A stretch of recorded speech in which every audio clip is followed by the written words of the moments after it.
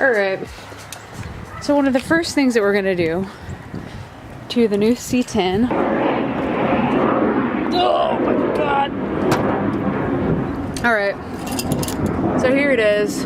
You're gonna see the intro video of the new project truck before I show you this video, but just to recap, just in case you haven't seen it, this is a 1985 Chevrolet C10. It is two-wheel drive, obviously with the C. It has a 5.0 liter 350.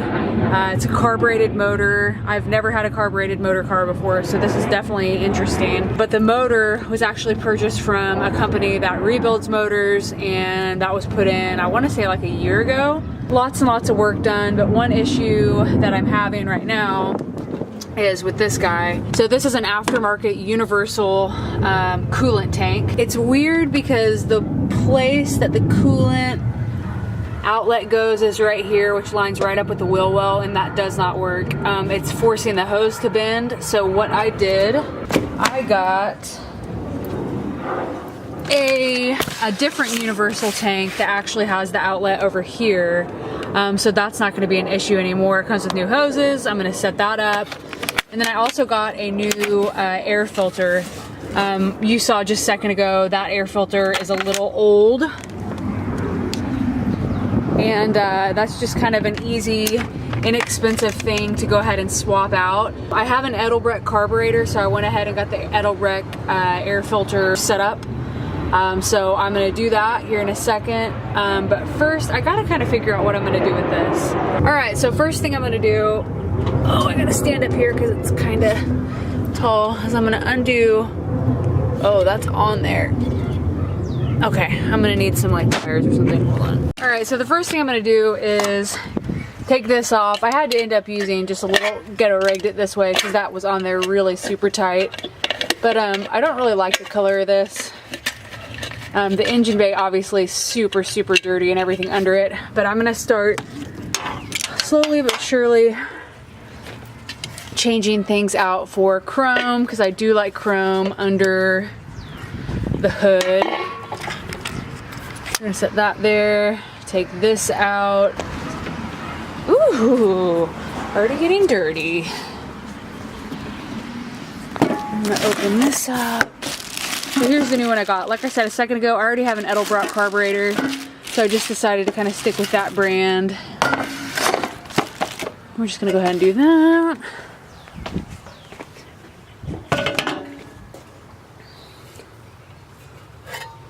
Take that out. Place that in there. That looks like it's gonna be too big.